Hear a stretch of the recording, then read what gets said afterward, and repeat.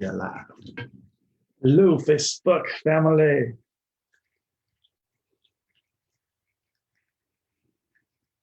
It's better than last night's.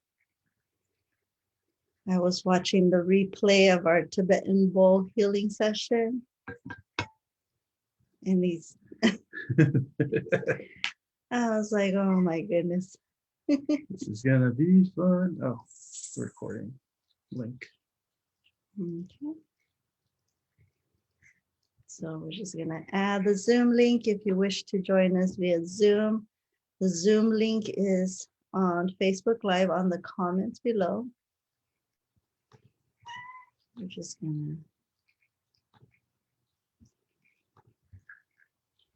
What do you do? Making sure I picked the right one. Oh, I have okay. 3 of them sick. Okay. Perfect. What time is it? It is 8:27. Just want to say good morning. Give a few minutes for everyone to log on. Found them. Okay.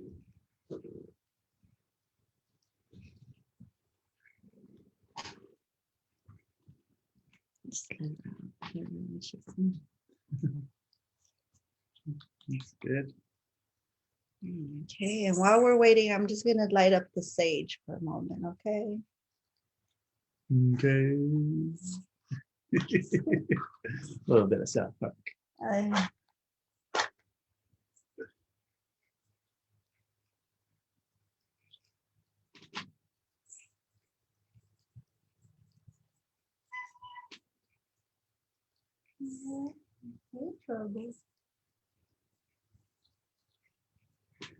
Welcome back, Miss Green. If you would like to join us on the Zoom, you can click on the link, or you can just continue watching from Facebook Live. We're getting a little situated, burning a little sage, prepping our tools that we're going to be sharing with you all today.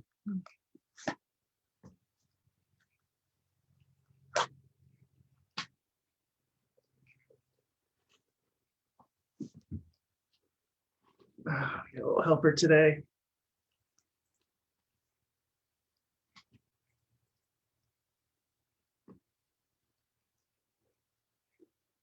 $8:29. 8:29. Let's just get started.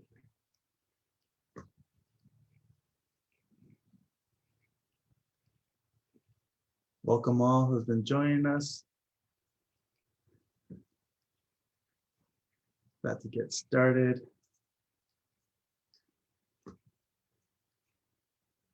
Just burning some Palo Santo. This is a way to clear any negative energy. The cat's like, what's going on? Animals are another way To clear to negative. clear. Oh, look at Hernan's dog.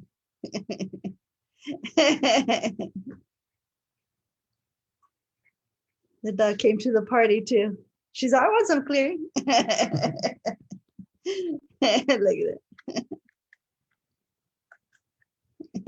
Look at. Oh, that's cute.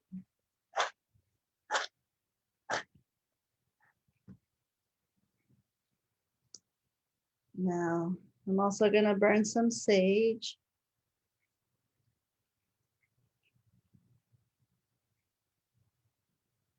So welcome all to Sensitive Empath Day 4.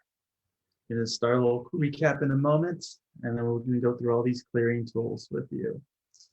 So now, first I burned some Palo Santo, and now I've lit up a little bit of sage just to clear.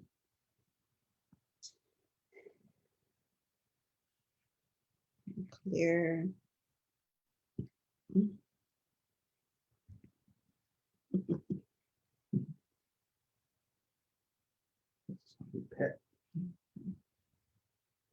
Okay, so welcome everyone. It is 8:31. We're going to go ahead and get started. So today is day 4 of the Sensitive Empath. So we're just going to first introduce ourselves, and then we're going to do a quick review of day 1 through 3, and then introduce day 4. So I'm Rebecca, and I'm JB Atkins, and we're the Holistic Wellness Consultants, also known as the Muscle Whisperer, which means any tool modality that we've been trained in, we bring it in to consult our clients on their wellness. And if you have any questions, like a 30-minute private consultation, there's our email. You can reach us at, and we can set up something that works with our schedule as well as yours. And we can kind of guide you through a few tools. Or you can yes, check out our website or text or call that number on the screen. my husband keeps forgetting to say we are dual dragons. Yes, we are.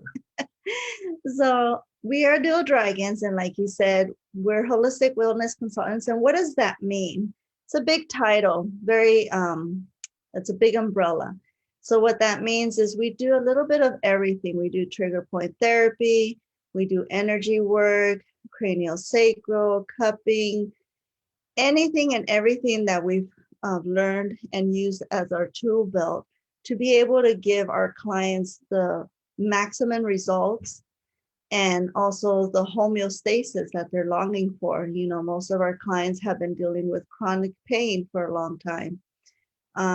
They've had old injuries resurfacing and causing, you know, dysfunction in their daily life. And so our whole purpose is to help our clients return to their daily life routines with ease and also pain-free.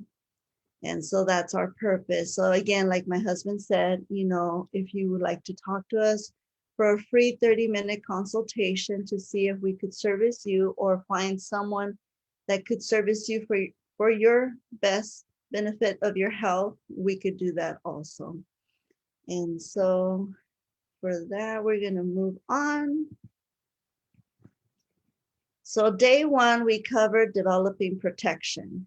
It's very, very important, like I stated, to set those boundaries. And like my husband said it best, it's not about putting up walls, it's just setting up those healthy boundaries, you know, learning to empower yourself on choosing who you want to let in your space and who is not allowed within your space. So setting boundaries is very important, and when you're a sensitive empath. Also, what's really important is staying grounded.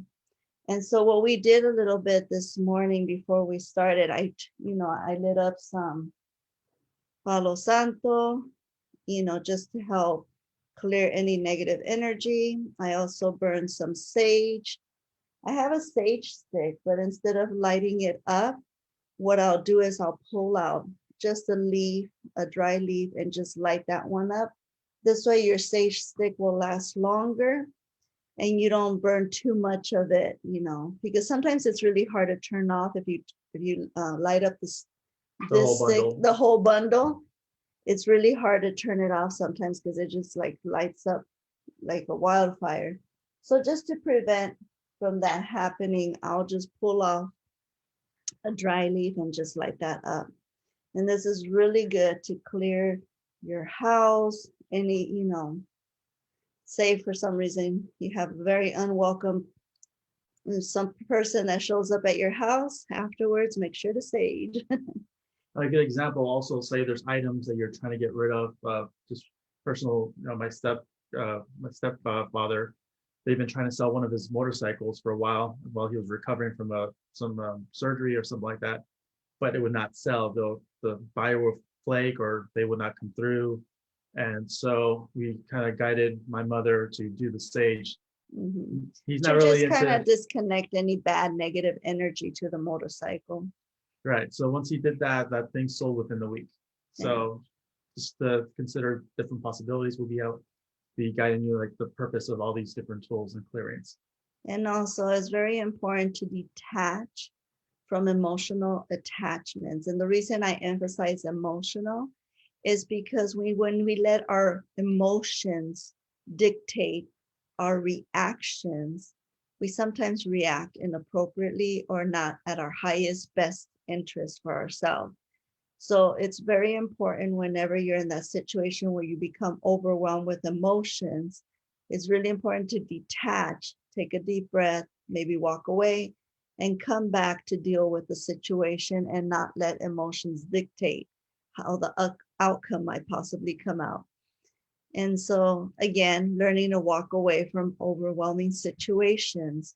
There are situations where I've heard many times of people having anxiety attack, panic attacks, and it's really about not knowing how to learn to walk away from that situation.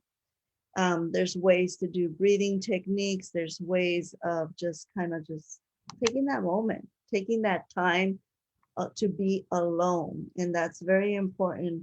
You know, just take time to be alone, to kind of reground and just talk to yourself. And like I said best, it's the same way how we treat others. If you see someone in a situation and you're very quick to go to comfort them, you need to do the same for yourself. When you see yourself in that situation, it's very important to comfort yourself right away. As someone mentioned, I need to learn how to set boundaries. So, you want to give a quick example how you baby step in setting boundaries for yourself? So what I do is when we're working on clients, sometimes I could feel clients' energy become very overwhelming. Let's say they come in with headaches or really bad chronic pain, and and I'll feel it right away. I'll be in pain. I'll have the headache. If they're nauseous, I'll start feeling nauseous. If they're dizzy, I'll start feeling dizzy. And so the minute I feel that, I don't entertain it. I don't dwell in it. I don't stay in it. So what I do right away is I just take my hands off for a minute and I say, thank you, body, for letting me know what I need to address for this person today. It is not mine to keep. I'm returning it to sender with consciousness attached. And the reason we say that is because we also want our client to become aware of all that they're giving so they could address it too. And so once I do that, I go back in and setting that boundary of I'm not going to receive that pain no more. I got it. I got the information that I needed, but it's not passing to me again. And when I'm able to do that, I'm able to successfully work on this client without spiraling downwards in their pain, in their emotions, whatever they might be going through. And usually something else will pop up as I'm working on them. Again, I'll start feeling maybe something else. And again, I'll say it again. Thank you, body, for making me aware. It's not mine to keep. Return to sender with consciousness attached. And I continue working and working. So that is part of setting boundaries. Or also, if you have a certain person that is becoming very needy or codependent on you, that's also very important to set a boundary and not let it go on further. I've had situations like that where it's very natural because of who I am. They'll see me as a replacement, like say as a mother figure, as a sister, as someone that they could really get close to. But it's also just like family. You don't want your family over your house every day, invading your space. You don't want, we love them, but that doesn't mean it's okay for them to be bombarding your house every day, any time of the day, any time of the night. And that's what I mean about setting boundaries. You want to make sure that whoever is around you understands when it's okay to come into your space and when it is not. And even myself, being her husband, her partner, soulmate, we set boundaries even between us. Yes. Certain things that we desire or don't feel like is being honored. One of the tools that we use to clear, we'll be sharing with you, is Ho'oponopono. And we have to cut that former connection, that old energy that we connected at, because it's not healthy for us, because we're ascending, we're elevating, we're in a different place, and we got to reconnect by setting new boundaries, how we're going to help each other continue to grow and heal. And then the Ho'oponopono is it's a very good mantra to say, the I love you, I'm sorry, please forgive me, thank you. And we love to say it 3 times to cover our physical, our emotional and mental state. So we'll say it 2 more times. I love you. I'm sorry. Please forgive me. Thank you. I love you. I'm sorry. Please forgive me. Thank you. And we add on, just kind of like a reminder, I release you Mhm. and I accept you.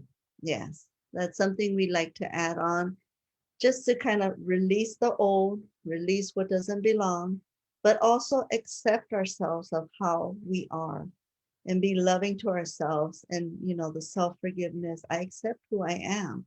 I'm okay with who I am, but I'm releasing what doesn't belong to me, what doesn't, serve me for my higher purpose.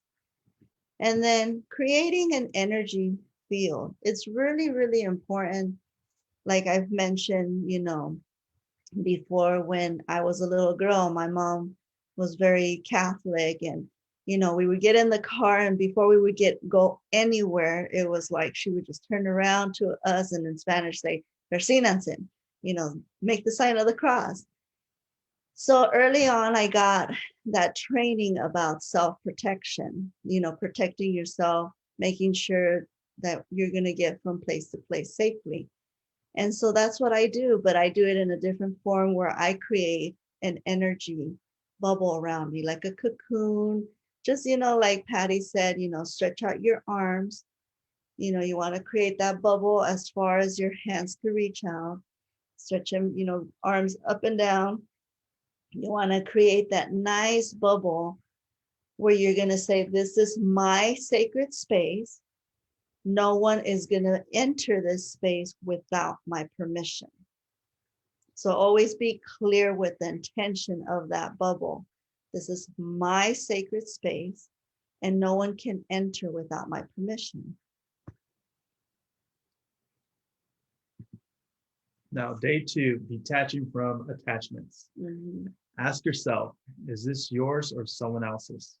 Yes. And that's very important because sometimes we start feeling a lot of emotions, and we could just be like, say, for instance, I've had moments where I'll just be laying in bed and all of a sudden I'm just feeling like anxious and I'm having these crazy thoughts, and I'm like, okay, what's going on? Like, where is this coming from? And then I'll ask myself, like, wait, is this mine, or am I, feeling someone else's emotions, or is something going on? And sometimes I'll turn to my husband, I'm like, hey, what's going on with you? Why am I feeling this and this and this? And he'll just start giggling and Oh, because I was thinking about this or processing this, and it's like, and I'm like, knock it off. stop entertaining that energy. Yes, I'm like very to the point. Knock it off, stop entertaining that, and stop going into rabbit holes. I don't need that. And so and he'll just giggle again, and I'm like, so that's how I am. I'm very like, this is my space. I'm that kind of person. And so staying present and being aware, and that's very important. It's very important to always be present, always be aware. Yes, no rabbit holes. We don't need to go into rabbit holes. Those are very dangerous. And just want something to address again. Someone said, yeah, no one can enter your bubble. But doesn't mean you're isolating yourself. It doesn't mean that. It's just, it's honoring yourself. You're creating that space for you to be true and allow yourself to have a clear message or energy or emotions or thoughts that are yours and not impeded by others. Because being empaths, we're able to pick up the people, well, depending on your capabilities, people that you talk to, people that you're attached to, people that you're connected to on a group, animals, plants. So depending on your gifts and which one you really exercise most, the bubble is just to kind of give you that space to acknowledge your own self, to be present and be aware. And it's very important to deal with that at the moment. Never leave it for later. Never try to brush it off. Never try to ignore it, because the more you do that, the more you get more of that, almost like to the point where it's banging on your door, knocking you down. With compassion, healthy boundaries. Yes, Patty, with compassion. A lot of self-love, a lot of, just being true to yourself and honoring yourself with love and compassion. That's very, very important, and not beating yourself down like, oh, I should have known better, or oh, I let this person back. No, it's just like, oh, okay, this person's back. Let me address it. Let me take a deep breath and send them off with love, and, make sure that they go to the appropriate place, and remind them that this is my sacred space. And, it's just it's not okay for them to invade it again. All right. So a quick story about myself on an unhealthy way of how I did not deal with at the moment. Through many traumas in my childhood, I always suppressed my emotions. And then eventually that evolved to an addiction to completely avoid my emotions. Of course, it didn't really help when I went to the military, where no emotions are really allowed to you to be trained and perform your duties when you're deployed or taking care of training. Getting out of that, not aware, because it became a habit or behavior to suppress my emotions and not dealing at that moment. Even though I invested in mental and emotional techniques and personal development and growth and spirituality stuff, because I had the behavior not dealing with the emotions at that moment, I was struggling to grow. And nothing really allowed me to create or manifest to capacity where I was able to live comfortably. It kind of had me as a nomad, constantly moving, until I was fortunate to meet Rebecca, where very candidly, she had to deal with this shit. And I'm very candid. which then it's been some time, and we're practicing word preach, finding different healers, different tools that are true for me, and that allow me to feel that, create my safe bubble, allow me to do that safe space to be present and aware to do the healing work, to deal with it in the moment. Fast forward, once I've learned this healthier behavior of dealing with in the moment, coming back, picking up lunch for her daughter, my stepdaughter, I was very frustrated. Again, being empathic, I was picking up the frustration of road rage and then my own. It was just kind of like tumbling. I picked up a big nail in the tire. We had a client right after, which then the energy carried over to, oh no, we got to cancel. It's like, no. Let me take care of this. I chose to deal with it at that moment. Let me take care of this. So I called the person where we got the tires from, because they're fairly new. They were close. Then I called another tire shop that happened to be open for another 30 minutes. And I rushed over there, trying to push the limits of this flat tire. And they helped me put the spare tire, which was in decent condition, until I had to deal the next day. We were still able to serve the customer, but we had to take a different route. So dealing, yes, to be safe, being present, being aware, and dealing at the moment allowed us to honor ourselves, be safe, service our customer, and rather than spiraling down to my old behavior, my old patterns to, just cancel it, forget it, we'll deal with it, hopefully we'll generate some money. Like, rather than deal with my old behavior, because I dealt with it now, we were able to keep on flowing. Yes, the Detaching. flow. And that's an important statement. Making sure your flow continues. You don't want to stop your flow, because when you stop the flow is when you get stuck. And when you get stuck is where things just don't seem to move anymore. So it's very, very important to keep that flow. It doesn't matter what speed, it could be whatever speed you're comfortable with. But it's really important to just have that flow moving. Always have that flow present in your life, because with flow comes with ease and joy and love. You really, and you want to, like Patty said, that ripples out. And it's very important to have that rippling out. You want to send that kind of vibe, because remember, we also give as empaths what we're dealing with, what we're feeling. So you want to really work with that flow. So as you come across people, they could really feel that ripple effect and receive what they need to be able to heal. What's your story with Luna about you were trying to teach her, especially wanting to teach young kids about attachments, about you massaging and not bringing it home? Yeah. So be aware of your thoughts. Is it your ego? So I just wanted to emphasize that last question, because that's very important. My daughter came home really upset one day, after being with her father. And it was okay. Father had emotions. and didn't realize what he was giving out. And so my daughter came home really angry and upset, and I need to take his anger because poor dad, he's so angry and I feel bad for him. And I had to explain to her, like, you can't do that. And she was all, but why? I need to help my dad. And I go, I totally understand you want to help him, but you're not going to help him by taking his anger, because now you're the one suffering that anger. That's not how it works. And she couldn't understand. And then finally, I had to use an analogy where I'm like, listen, you know what mommy does for a living. Mommy goes and helps a lot of people. And imagine if mommy took everything from those people, say anger, pain, sadness. And I came home with all of that. How would I be a mommy to you? And her response, she took a moment and she said, you wouldn't be a good mommy. And I'm like, exactly. I would not be a good mommy to you if I brought all that home. This is why it's important not to take on people's energy or feelings, because then you're going to carry that and then you're not going to be a good person for others. So using that analogy really helped her to realize, like, okay, I get it. And I said, don't worry about daddy. Daddy will figure it out. We all figure it out. And it's our business to figure it out, you know. And I told her she wasn't responsible for that. We are responsible for our own emotions and our own life, not anybody else's. And again, detaching, say for someone that's close to you or someone you want to help, doesn't mean you're cutting them off and you're isolating yourself from them.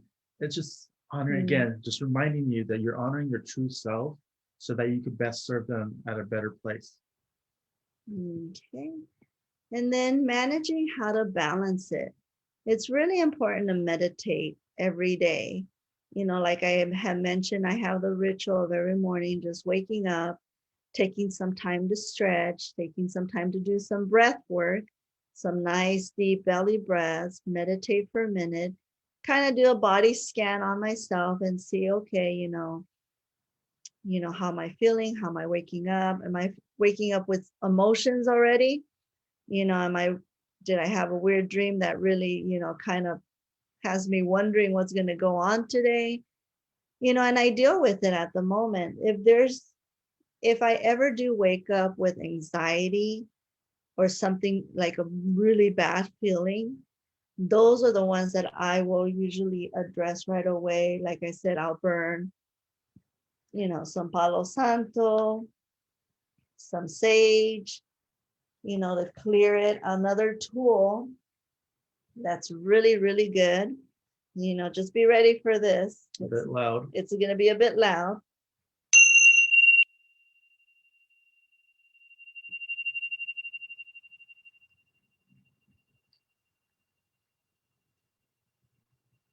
That was a good chime. That was a good one. That's clear. That's because I've already saged. But whenever something is off and you ring these together, you will actually hear weird feedback, like a whoop, whoop, whoop, whoop. I've done it before where let me see these. This one's a good one too. Okay. So at the moment we have clear space. Yeah, we have clear space. So when it's clear, it'll chime beautifully the way it did right now, like very clear and crisp. But when there's something very negative, wrong, a weird vibration, that doesn't serve it will sound very wobbly. You'll hear it'll go, whoa, whoa, whoa, whoa, whoa, whoa, whoa, whoa. It'll actually sound like that. And that will let you know, like, okay, I need to clear myself. I need to clear my space. So again, continue ringing those. Another good tool is this is a Native American feather that I got from a dear friend of mine. He goes around the world, playing instruments for healing our native land. And so he collects these as he travels from tribe to tribe, and he collects them and then, decorates them. And as he passes through, he'll gift them to people or kind of promote them so that way you could purchase them. So this is a feather, Native American feather that comes from, I believe, from Nebraska is where he was at that moment. And he mailed it to me because he pointed it out, and I was like, I need a feather because my old one had already deteriorated because I use it a lot. And so this is really good for feathering yourself to clear yourself. I'll just kind of flush out. I'll do these circles to kind of flush out any energy. This is really awesome for children. When my daughter gets into those, when she collects energy that doesn't belong to her, and she comes home like that other day, angry or upset, or something's really bothering her. If I can't calm her down by talking to her the way I do, then I'll pull this feather out right away, and I say, you know what? I need you to lay down. I need to feather you and remove this negative energy now. And it's really cute because most kids would be like, okay, you're crazy, mom, knock it off. But she'll actually lay down and be like, okay, fine.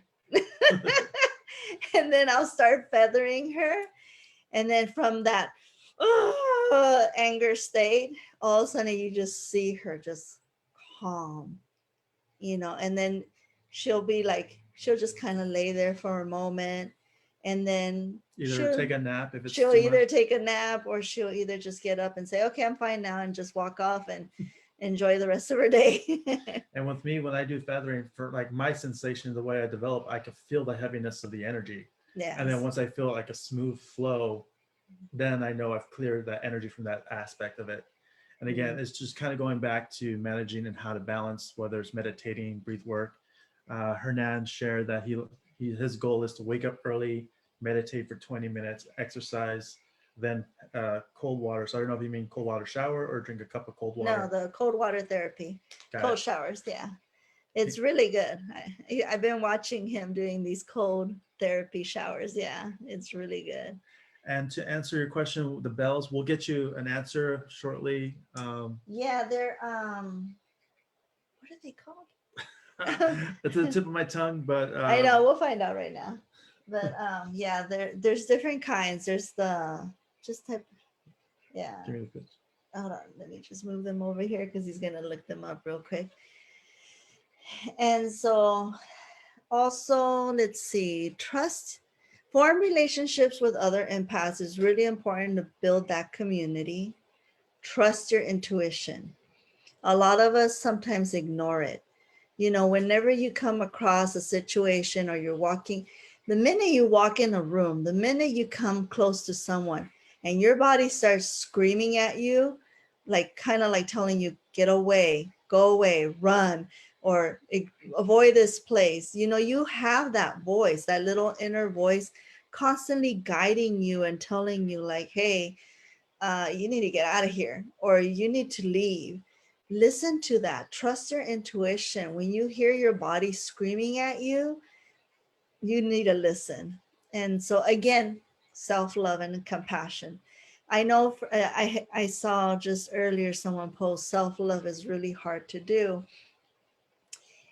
It is, in that perspective, if you see it, hard to do.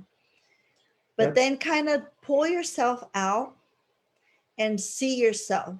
When you give love to other ones, it's easy.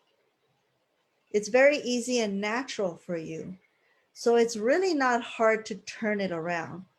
Almost like view that person, all of a sudden view that person as you, the one that you're giving all that love to. Like, say, for example, if it's easy for you to show love and affection to your best friend, now visualize your best friend with your face. So do a lot of that visualization work if you're having a hard time giving yourself self-love, because it's not hard. It's just learning to change your perspective of how you're doing it. So whoever you can do it very easily to, put your face there. And then just receive that self-love, like soothe yourself the way you would soothe that person, or show that love and compassion. And that'll be one step. And then after you feel like you can start evolving, what is it one thing, a habit, behavior that this person that you're able to share love or push that loving energy towards, what is it that you love? Because they're a reflection of you. And then acknowledge, oh, I do that too. I could love myself or be able to walk or be Yeah. able to attend my garden or be able to go donate my energy or time to a nonprofit or whatever Yeah. that may be. And then start, okay, I self love myself to take care of myself, my hygiene. I love myself. I'm able to be responsible and pay my bills. Piece by piece, baby step by baby step, just find a little bit of what you do for yourself Mm-hmm. until you start feeling it almost coming naturally from within, kind of like this photo, this inner fire, this inner energy surging Mm-hmm. out. Especially being an empath, it's just practicing daily, tending your garden of detaching and finding that balance. This is my energy. I'm loving myself now as I'm overjoyed with this excess energy. Let me share with Yeah. those who matter to me. Yes. And usually that's if you go deeper, if there's a certain friend that you really easily gravitate to showing a lot of love, it's usually a behavior that if you look at it, it's something that you're desiring. If you do it a lot to a certain friend, it's actually something you are really desiring in return, and you can't expect or depend on that friend to return it to you. You have to do it yourself. So it's very important to be present and aware of that also. Which I can honestly say my wife helped me realize so many of relationships or friendships that I had Mm-hmm. were just one way. They were energy vampires to me, and I did not be an empath because I was attached to so many things, and yet to practice this at that time to cut the cord and see what's my truth, that I was drained and made it hard for me to manifest and create the balance in my life. And now our healing cat decides I want to exit. Our cat is, I know, baby. She's all like, I want to get out of here. You guys are doing all this healing stuff. I've already been full of it. I got, my tank is full. I need some space. We're honoring her sacred space. Now she's like, I need to get out of here. I just want to share this quick story. Okay. Oh, the healing cat. So my, my my sister, as most of you, I know I'm like I'm getting distracted by everyone's comments and messages. Um, my sister, like most of you know, and most of you don't, but my sister was diagnosed with ovarian cancer 2 years ago. And that's how we started working together for my sister. Almost 3 years now. Almost 3 years, exactly. And so they had told her that she was going to have to do aggressive chemo from she got diagnosed in June of 2018. She had a full hysterectomy in July, August to recover, and September is when she started chemo. And they told her that possibly until the following year, March, she would have to do this chemo. And it was aggressive chemo. It was really hard for my sister. She was at stage 3. So it was week 1 was a double dose of 2 different kinds of chemo. Week 2 would be a lower dose, and then week 3 was a break, and then she would have to repeat it all over again, week by week by week. And And she had to move out she because had to move out because my daughter was home, and she lived with us at the moment. So my daughter was a risk for her. So we would have to go to my aunt's house every Sunday because she would get chemo in the middle of the week, and then every Sunday we would go visit her because that's when we could touch her. And every week we would work on her, and every week she was in a lot of pain dealing with the chemo. It was very hard. It would dehydrate her. She would faint a lot. Her appetite was lost. She lost a lot of most of her hair. And it was hard. It was a really hard journey, but thankfully we were able to work with her, and within 4 months her numbers were so low that she was practically cancer free at that moment. But they needed to reassess in January, February, and March to make sure. And sure enough, within that year, when she first got diagnosed in 2018, by June 2019, she was diagnosed cancer free. So we were able to help her out. And that was very important for her and for me as a journey that we took together as sisters. I grew a lot from that, and my sister did too. So she And finally moved home, she finally moved home. started walking around, kind of. I know. And as she would start walking in our, because we live in a condo complex, this cat would start walking with her. And so my sister would look at this cat and be like, "Hey, who are you? And what are you doing?" And then she would call it like, "Oh, you're trouble. You're trouble. You're just coming in to cause some trouble." So eventually she, my sister's telling us, "Hey, this cat keeps following me. This cat keeps following me." And I was all like, "Which cat?" And she described it, and I had never seen this cat. I know all the cats here. There's a gray one, there's a yellow tabby, there's Black. there's an all black one. And I was like, I've never seen a black and white patchy one. And so finally, my husband and I had made an appointment with a shaman healer. So we were going to do a trade here at my home. And as the shaman healer arrives, as he's walking in, the cat comes running towards the garage. Finally, the cat made its presence. And I looked and I'm like, so you're trouble. Because that's what my sister would say all the time. "Oh, there comes trouble." And I'm like, so you're the famous trouble. And she just came up and she just automatically, as the shaman healer is walking in, she's walking in too. And I'm like, okay, this is funny. Like the cat just shows up, walks in the house. And so the shaman healers are like, "Oh, is this your cat?" And I'm like, "No, actually, it's a cat that's been following my sister around." And he looked at the cat and he looked at me and he's like, "It's your sister's healing cat. Is your sister trying to heal from something?" And then that's when I explained to him, like, "Yeah, my sister's actually recovering from ovarian cancer. She's we're hoping for at that time she had not gotten the cancer-free diagnosis in June yet." And she goes, and I told him, "We're waiting to make sure she's cancer-free." And he's like, "Don't worry, the cat's gonna make sure that she's gonna stay cancer-free." And ever since then, that cat has stayed with us. And she just loves my sister. She looks for her. Sometimes because my sister works from home, she'll be on her computer. The cat will walk across and send all these emails to customers, or my sister's like sending messages back, "Sorry, that was my cat." And a little side story, when we received the cat to our home, the cat was about 11 pounds, skin and bones. We were afraid it wasn't going to last that long.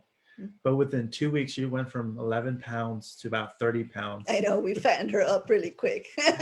So being aware of your energy, not just the food, eating healthy or drinking plenty of water, of course, guided by the veterinarian to tame that diet. Yeah. Be cautious of the energy you do for yourself and then how it can affect people around you or animals in your life.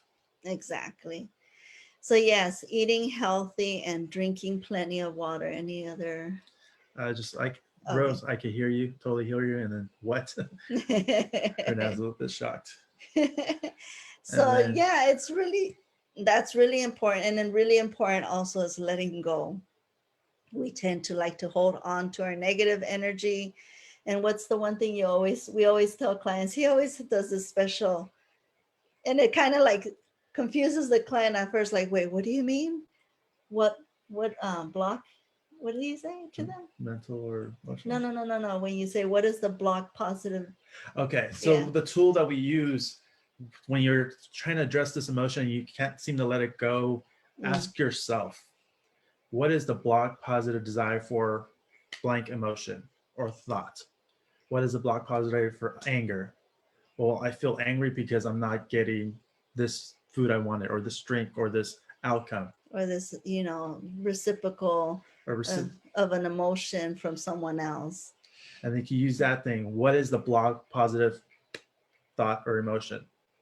And that could be one of many tools that you could use to kind of, when you do reflection or meditate, to kind of alleviate and cut those attachments. So clearing your energy. So Hernan brought up a good one, the cold showers. Those are really, really good to kind of not only for your health, but also kind of make you very aware of your body. Salt baths. Salt baths are very, very good also to help you detox.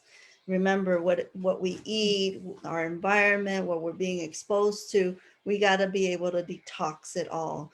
So salt baths, what I always recommend to our clients is to do a 20-minute salt bath with warm water. And then you could add like a couple drops of peppermint, just a couple, because peppermint is really strong.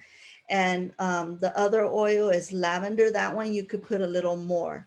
So just a couple of peppermint, 2 drops, and then maybe like 6 drops of lavender oil. And that really helps your body to relax. That's also really good for fevers. If you're starting to have a fever, do the bath, do the lavender and peppermint. Lavender and peppermint to the head is really good for fevers and headaches. So just as a suggestion, also smudge daily. Like I said, you have your Palo Santo, sage. Also balance your chakras. It's very, very important. Yesterday, we did a body scan exercise with a few of you. And so what I want to do is I want to practice that again. I'm just going to check on time. So we're going to balance our chakras right now. And we're just going to really balance our body. So what I want everyone to do is just kind of, if you're sitting in this chair, relax, get comfortable, take a couple of deep belly breaths to really calm your body down.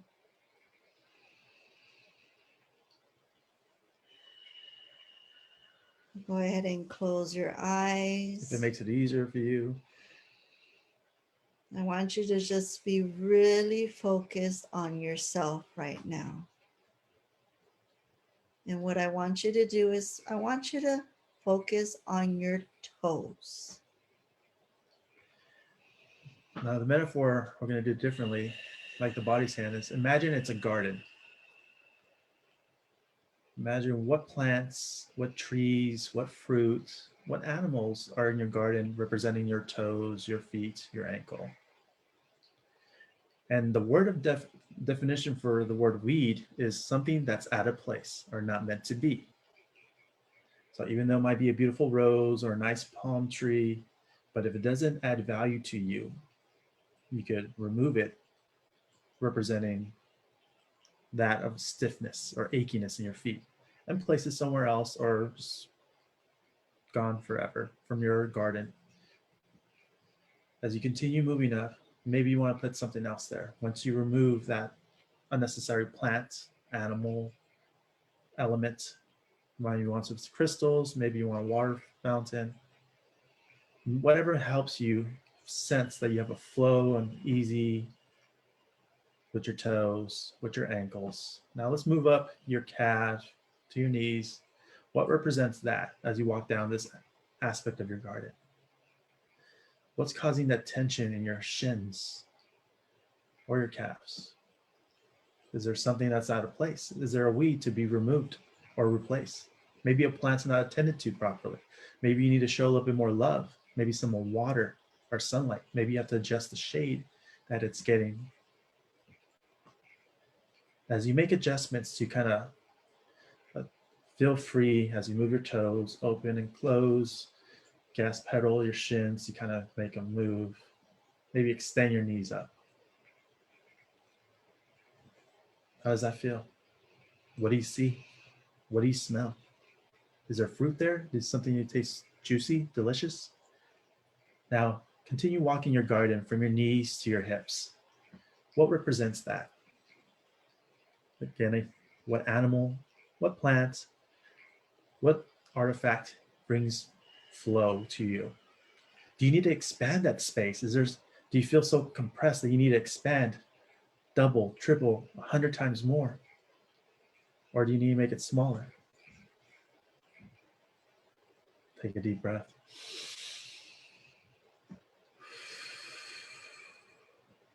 Now imagine your legs that we just covered as our garden. Imagine your legs as part of those roots of those plants that you replace. They're deep within the soil, deep, deep, all the way to the core of earth. And just receive that loving energy from our core, this beautiful red heat, and let it go up to your pelvic area. Now imagine your pelvic area, our body as the trunk of a tree. We're going to continue with this garden, but now we're the tree, that one tree, beautiful tree that is covering our beautiful garden. And so at the base of our trunk is our root chakra. Now visualize this beautiful red color just turning clockwise at the base of your pelvic area, which is the base of our trunk of our tree. Now move up right below your belly button is our sacral chakra. Visualize this beautiful orange color just circling clockwise there. And as we slowly move up to our stomach area, visualize this beautiful yellow solar plexus chakra just turning clockwise right at your stomach area. Now we're going to go up to our heart chakra. Visualize this beautiful emerald green just turning clockwise there. And slowly move up to your throat chakra and visualize this beautiful blue color just turning clockwise at your throat. Slowly make your way up to your third eye, which is right between your eyebrows. And visualize this beautiful violet color turning clockwise, shooting out from your forehead and going through your head, shooting out from back of your head. Just visualize this beautiful violet tunnel shooting through your head. And now slowly make your way up to your crown chakra. Now we're at the top of the tree. Our arms are these beautiful branches. And just visualize the tip of your fingers, these beautiful white leaves that connect to this crown chakra that is floating above your head and extending to receive energy from our higher source. And just visualize this beautiful white light turning like a tornado, very flowing, very cooling, beautiful white light. Let's add some gold glitter for healing, some silver, whatever glitter color you want to add in there. And slowly let this beautiful breeze come down over you, showering you like almost this beautiful energetic rain.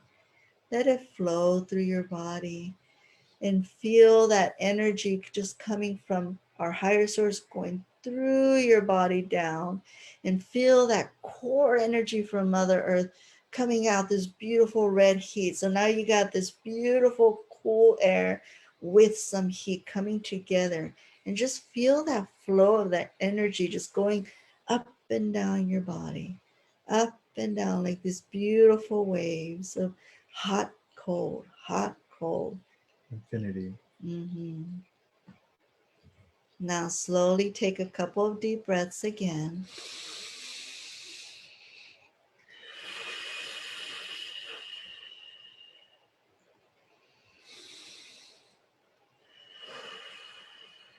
And slowly come back.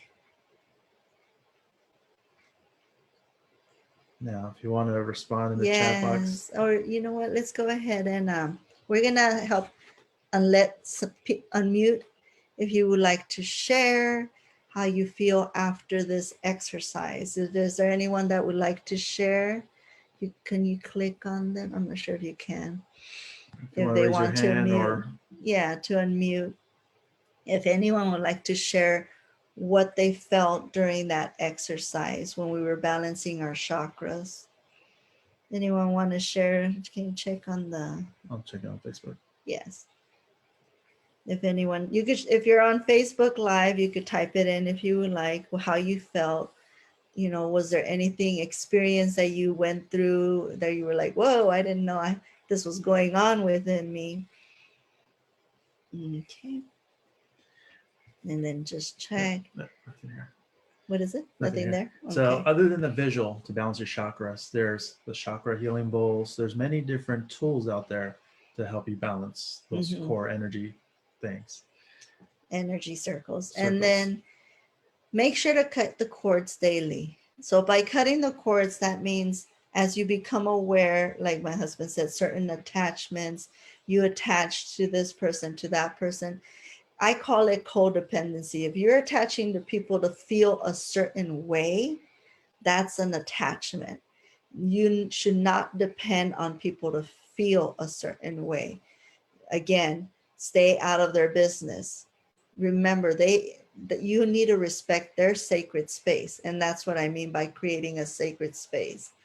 Just like we talked about your body as this beautiful garden, would you let just anybody come into your garden and just start moving things around for you? It's like, no, that's your space. They need to respect and honor the space, and same for others. You need to respect and honor their sacred spaces. Now, cutting the cord is a tool we shared earlier, which is Ho'oponopono, an ancient Hawaiian tradition, which then it just translates to make right twice. You're making right with whoever is the trigger or visual representation and yourself. Yes. So again, I love you. I'm sorry. Please forgive me. Thank you. And from the different speakers that I've heard this and trained with, they said there's no particular order. Just go in the order that's aligned to your truth to help you feel like it's cutting the cord. Mm-hmm. And again, we add, I release you and I accept you. Mm-hmm. And then also protective crystal stones. We do a trade with Debbie McKee, and you could actually find her information on our Facebook page, also on Meetup. If you haven't seen her present, her information should be on previous courses that we've done in the invites. She's been our guest speaker several times. She's a crystal healer, and she's really helped me really know which crystals will continue helping me ascend in my gifts, continue to raise me up. And so, I wanted to share, let me bring this up close. This crystal here in particular. It's one of 4 Yeah. that never needs to be cleaned or cleared. This one is actually in charge of clearing any negativity. So this one she suggested to have whenever we go work on clients, because we're mobile. We'll take this with us and we'll place it under our table, and this will help clear out any negativity. And so then that way we don't connect to any of it either, depending on what spaces we're entering, or if they enter our space also. She also gave us these beautiful rose quartz for love, just some love, just to be able to always be receiving self-love, a lot of healing energy there. And for protective crystal stones, I don't really like to say, oh, make sure to use this one or do this one. It's almost like when you go seek a nutritionist, you really want to seek a nutritionist to know what serves you the best. What's the best diet for you? What's the best nutrition? And it's the same with crystals. You really have to go with someone that will guide you and tell you what's best for you. These are luminarians that she suggested for me to be able to raise my vibration as I work on clients. And it also protects me, making sure that I'm always vibrating at a higher level, which will protect me from vibrating at a lower level. We want to avoid vibrating in low emotions and low negative areas. And we're not saying, again, create a wall to never feel them. We're just reminding you as you recognize your gifts and you elevate being an empath and just able to feel everything to, okay, I feel angry. Ask the question, what's the block, a positive desire for angry? And then flow that energy, let that energy flow. Yes. If you need to scream, scream. If you need to do a different physical activity to release that energy, do it. Hopefully it's safe and non-harmful for others or yourself, but it's just allowing that energy to flow and then allowing tools like crystals, meditation, cutting the cords, visiting your sacred space.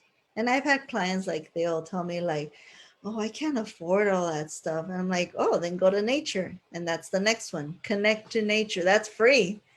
You could go to any park, any beach, just connect with the elements, connect with the earth, connect with water, connect with, the trees, hug a tree, and just don't be scared to send down that negative energy, because what the tree is going to do is going to recycle it.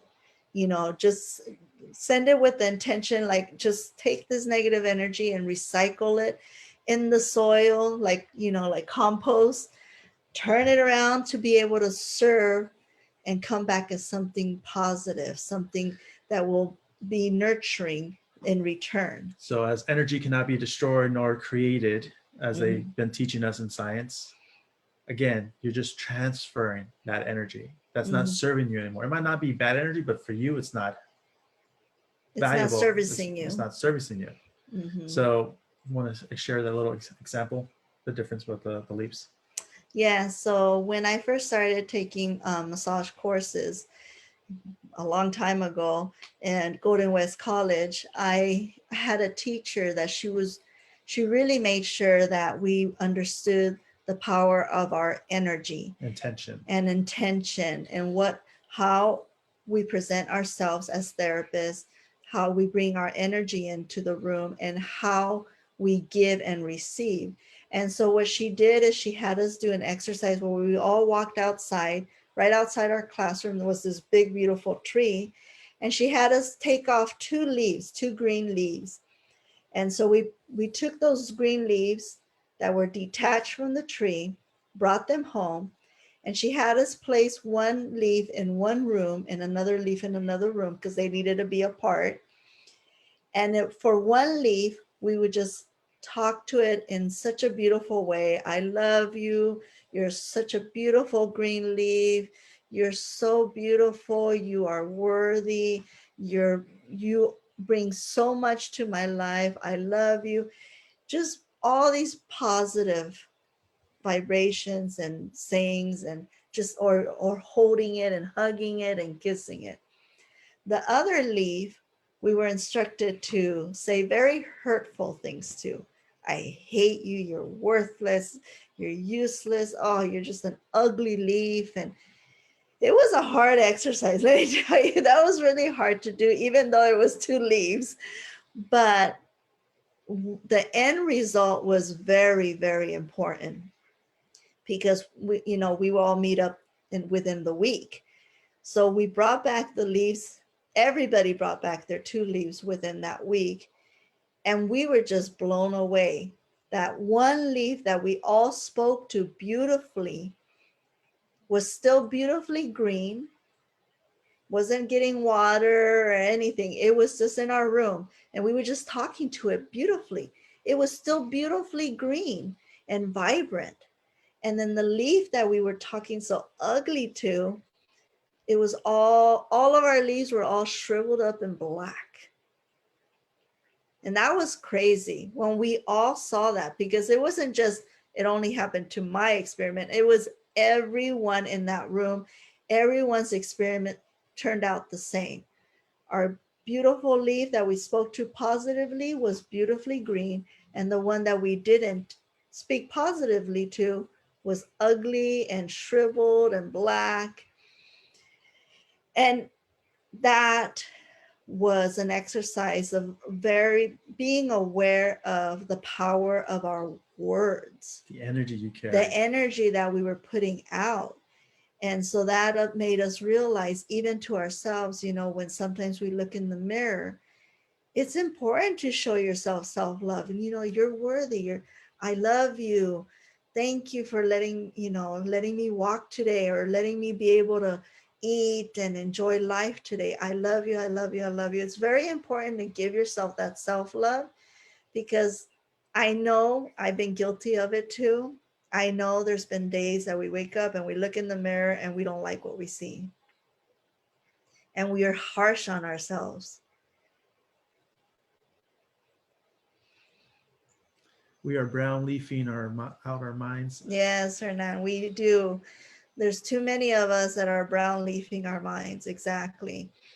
I had to stop myself, because it triggered emotions of remembering as me growing up. And I'm sure we've all gone through this in junior high and high school, when you feel very insignificant, you feel very self-conscious, and you would talk to yourself in the mirror and be like, oh, you're so ugly, and no one likes you, and you know, and you're right, Hernan. It's like it's a way of brown leafing ourselves, and so when we're able to turn that around, is a victory, because then we will flourish and turn green again. And that's the good news. The good news is that we could turn it around. As long as you choose to. Yes, we have that energy, that mindset, and that capability to turn it around for yourself. And that's really important today to know that. And it's very important also to have emotional releases. It's really important not to, like my husband has shared, suppressing his emotions. It wasn't serving him for his highest good. So it's really important to have those emotional releases. Yes, if you get angry, feel the emotion, but let it go as soon as you're aware of it. Okay, I'm angry. What am I angry about? Scream it out. Do what you have to do to release it, and then let it go. Again, Mm. probably a few of you have not, most of you have heard the terminology emotion is just really shortened version of energy in motion. Mhm. So if you're not allowing your energy to be in motion or flow, what happens? Yes. And with that, I'm going to do a stop share. I really want to get participants to share anything that they have learned. You're asking a question. Ask a question before our 10 o'clock. It is 9:33 at the moment. So if anyone would like to share or ask a question, we are here. There we go. That it is release. I had an emotional release. It's good to have emotional releases. It's very helpful. It makes you aware of like, ooh, there's still a little bit of pain and hurt there that I need to deal with and work with. Or on Facebook, if you want to type in your question. If there's any questions or comments that you would like us to address, you could type it in the chat box. I know she was talking about this one. Patty, she goes, ooh, I could see the negative particles flowing out with this crystal. Yeah, I love this one. This is a really good crystal to have if you are body worker or any kind of therapist. This is a good one to have in your room. Very important. Thank you. And then also, right now, I don't know if you guys heard, but I have my little water fountain on the side here, just kind of just going and flowing. And it's, that's important. If you have in your room diffusers, water fountains, direct them towards you, just to remind you of flow, clearing, taking, receiving and taking that away, like ocean waves coming in to take everything that doesn't belong and taking it with it and bringing you better and positive energy. Really important. What's the name of that crystal? You know what? I have to ask Debbie, because this was not one. I know it. I have notes of the ones that she recommended for me, but I'm going to ask her again. I know I got it from the luminarians, I believe. Let me look at my list. It was on the table where it was on the same table as the luminarian quartz, like these, the ones that I was showing that helped me ascend. So I believe it's in the luminarian family, because these are luminarians, quartzes, and this was on that same table with these. So I know this is a luminarian, but I don't know what kind, because I know this one's a luminarian quartz. This one's a luminarian quartz, and this one is an Elisho quartz. And these, she recommended these two for me for being aware of my ancient skills and spiritual growth. because she was saying how with the work that I've been doing, it's very important for me to continue ascending. Definitely. She is supposed to post up, was it an article or Mm-hmm. a, a list of different And I know she crystals? also gives classes on crystals, really knowing what they serve, what they help in, what's the purpose of each crystal. So really, really important to really know. If you really want to learn about crystals, she would be the person to get a hold of. And like I said, her contact information is on our Facebook page. She is located here in California by Keppel Beach. And if you want her information, just send me a message and I'll give you, if you can't find that information, just send me a message and I'll get that information for you. Funny story. As we were evolving and developing our dual dragons, we had a session with another wonderful healer talking about how I was gifted so many crystals, but I did not keep them. I kind of gave them away or threw them away, not realizing the potential. And again, it was aspect of my perception suppressing emotions, so I did not feel Mm-hmm. the importance of these beautiful natural mineral rocks or crystals and the purpose.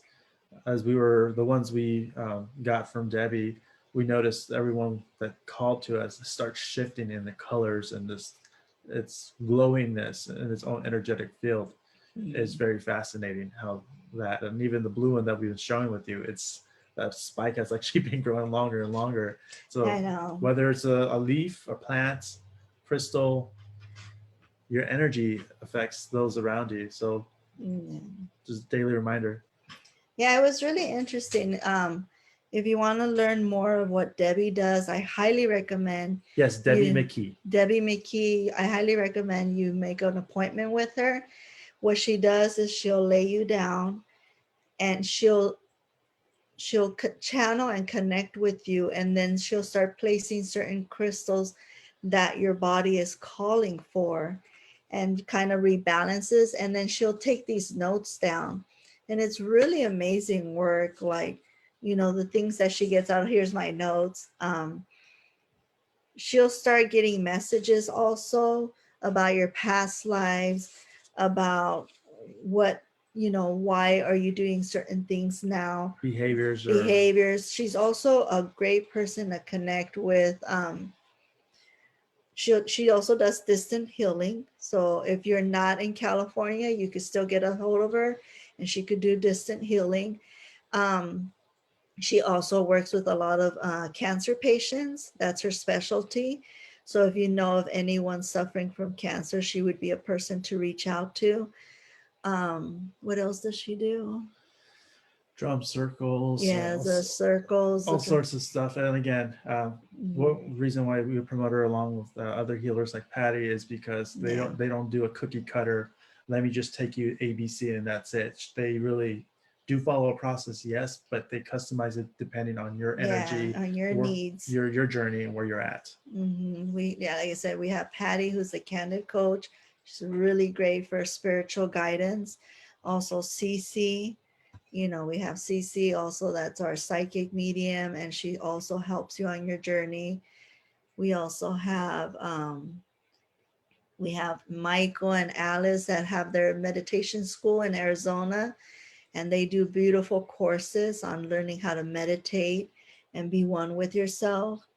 And then there are also, who else do we have that's important? Series. Yeah, Sirius is, she helps with families, children, therapy, and she includes bar lines. She does a lot of energy work.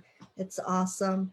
Yeah, usually, like I said, like we notice as we develop the healers roundtable, the type of healers we've been attracting are those who are open like us. Like, yes, we know we're good at what we do, but we're also aware that we might not be the mentor or coach for Mhm. you or the skills we have, and we will guide you to them in particular. And collaborating with them, we're going to be again like this. We'll do our best to kind of bring them in when they're available to Mhm. share their gifts and their stories and tools. Yes. And any question, does anyone have a question? Like I said, you could ask it, you could type it in the chat box. Also on Facebook. Let's see what we got here. Has she heard about me? Shannon. No. Okay, we got a question if someone has heard about them. Okay. And so yes, we've come across a lot of clients lately that have been dealing with trauma, health issues have been arising lately. Let's talk about our clients from yesterday, the whole family. Yes, we worked with the whole family yesterday, and all of them had pain on the right side. It was the weirdest thing. But different story. Different stories, but Different- they all had pain on the right side. And it was a mother, mother, son, and husband, and father of the son also. And it was just really interesting. Their stories We're different. They were different, but they were all experiencing pain in the same areas, the same side. It was the shoulder, hip, and their legs. Yeah. It was interesting to do that work yesterday and just seeing how they were all energetically connected, and this pain was bringing out certain things in each of them, and in a way also kind of like they were bouncing off each other in a negative way. And so just making them aware yesterday of that, they all kind of like looked at each other like, oh, okay, now I get why we're all kind of like clashing, and why they were triggering each other a certain way. And so I believe it was a really good healing session for that family yesterday. They even scheduled for next week. They're like, we need to get rid of more of this stuff, whatever we're carrying. They were like happy. Right. And some empaths don't acknowledge the gifts or that experience. But again, we were finding different tools. For us, we had to do storytelling, visualization, garden, The garden. garden technique, the body scans to kind of address their story and the different traumatic experience they were healing from. And just to see, like, one of them had a really tight torso because of the surgery. And no matter what angle, it wasn't working until we walked into the garden and just like, get that dog out of here. Again, they had an animal that they're taking care of, but the visualization is they had the dog in their garden and caused it almost like, I need to put up a defense. I need to put up not so much a boundary, like walls. Yes, so that was interesting doing that work with with those clients. It was fun, and that was our first time working with those clients, and so it was really fun to be able to share our gifts and just make them aware and realize that the things that they needed to let go of to be able to start on their healing journey. And the funny thing, like me dealing with, like, one thing, most of them spoke Spanish and I kind of understand it, but I don't speak it. So I was dealing at that time, oh, shoot, I'm not sure if this is going to work. I don't speak Spanish. And like, again, okay, this is not my thought. I went through the process, who this belonged to, return to center ground, breathe. So I did multiple tools to kind of get me to a place like, okay, what happened happens, and I'm going to be my best present here. And then not so much relying on my wife, but she did most of the translate. This is what I'm seeing, and then she'll. No, but it was really cute because he would try to say something, and I'm like, what? Just tell me in English. He would try to tell me in Spanish. I'm like, if I can't understand you, they won't understand. Just tell me in English and I'll translate for you. But he was like trying to speak to me in Spanish, and I'm like, no. It's not clear. And some empaths will recognize, like myself, when I was doing personal development work, doing the mindset, doing the emotional set, or not so much the emotional, more the physical set. But then I'll see the ripple effect of my family. Oh, they bought a house. Oh, this one's having a kid. Oh, this one got married. It's like everyone else was being affected in a positive way of the internal work I was doing for myself, even though I didn't see myself prospering like the way they did or the opportunities they had. So just being aware of that. Let's see, where'd it go? Yeah, you keep coming out of the screen. So thank you, everyone. I hope that this really helped everyone, this 4-day course.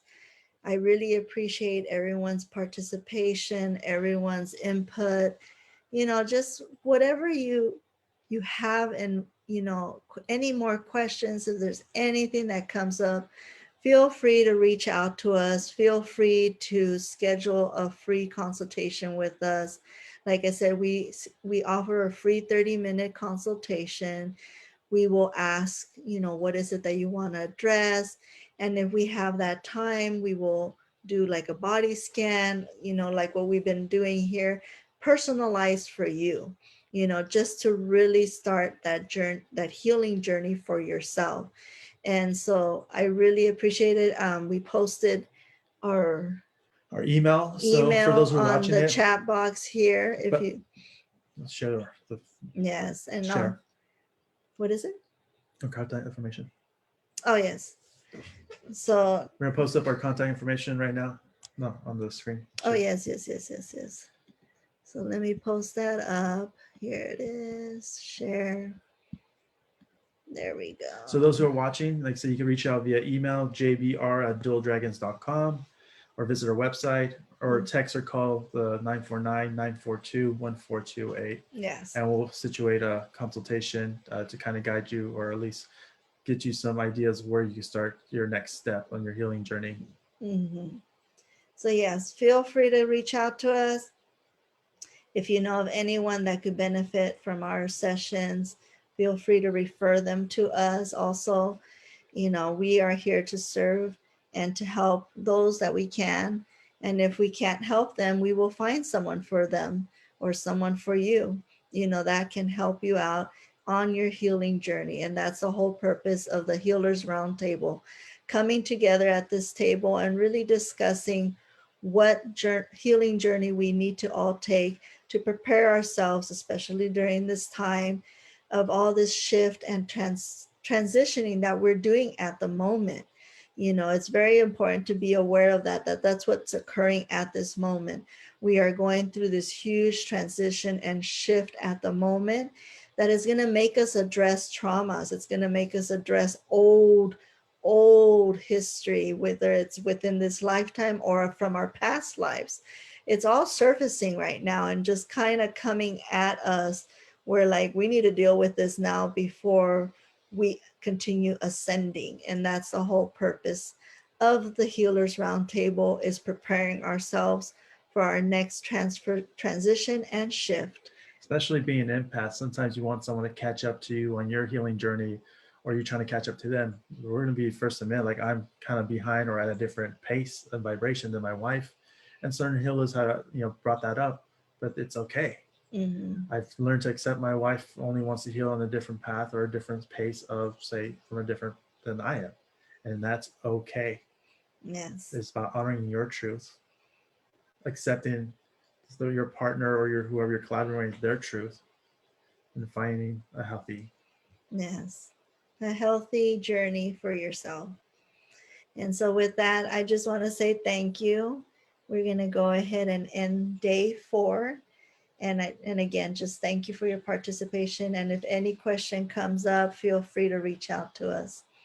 Thank you again.